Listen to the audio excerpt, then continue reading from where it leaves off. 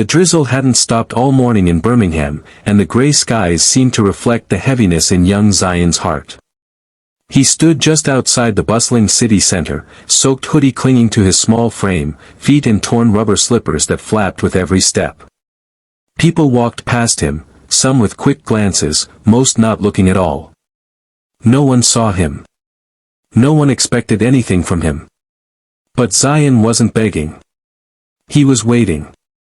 At just 12 years old, Zion had already tasted more hardship than most adults ever would. After losing his mother to cancer and with his father stuck in a cycle of odd jobs and empty promises, Zion found solace not in food or shelter, but in music. His mother used to hum to him when he couldn't sleep, and those melodies stayed etched in his soul. Today, as the local Birmingham's Got Heart talent showcase was wrapping up auditions, Zion stood at the back gate. He wasn't on the list. He didn't have a manager, a ticket, or even proper shoes. But he had a voice. And he had hope. Inside the venue, the judges were weary. Dozens of polished kids had sung their rehearsed songs. None were bad. But none were unforgettable. As the last name was called and a hush fell over the room, one of the stage crew came running to the table. "There's a boy outside. Not registered. Said he wants one chance." One of the judges, a stern woman named Linda, known for her sharp critiques, sighed. "We've closed entries." But the youngest judge, Darren, glanced at his watch. "Let him in. We've got 5 minutes." The door creaked open. In walked Zion, shivering slightly, his slippers squelching on the polished floor. A few contestants snickered. One of the judges raised an eyebrow. "Name?" Linda asked. "Zion Malik," he replied softly. "What will you sing?" He hesitated, then said, "Stand by Me." It was my mum's favorite. A low murmur passed through the room. Linda leaned back, unimpressed. Darren nodded encouragingly. Then, he began. The first note was unsure, quiet, but then it grew. Rich, deep, soulful. A voice that seemed to hold years of pain, love, and longing. Every person in that room fell silent. Zion wasn't just singing, he was reaching into their hearts, pulling out buried emotions, and laying them bare. By the final verse, Linda was wiping her cheek.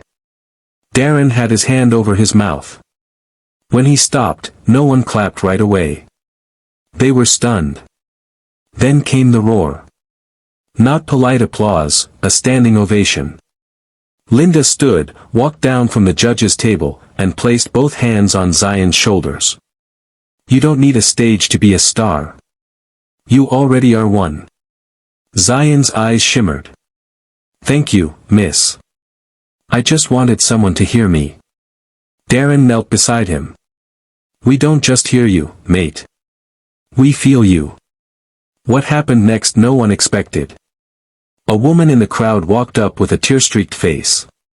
"My son passed 2 years ago. He used to sing that song. I just wanted to thank you for giving me a piece of him back." Others began sharing stories. A man offered to buy Zion proper shoes. Another offered to fund his music lessons. A local music teacher volunteered to mentor him. The cold, rainy morning had somehow turned into a wave of warmth and unity. By the end of the day, Zion didn't just walk away with a golden ticket to the competition finals, he walked away with something far greater, a community. In the days that followed, Zion's audition went viral. Not because he was perfect, but because he was real. In a world so often obsessed with perfection, he reminded people of the raw beauty in imperfection, in truth, in vulnerability. Local newspapers dubbed him, the boy in slippers who sang to the soul. People from all over the UK sent messages, donations, and love. And Zion? He stayed humble.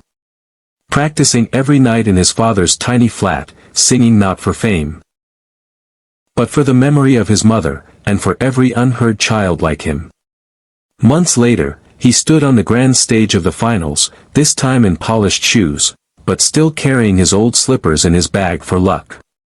He didn't win the competition. But he won hearts. And offers rolled in. Schools, studios, charities. In an interview, when asked what success meant to him, he simply said, "Success is when someone believes in you, even when you don't believe in yourself."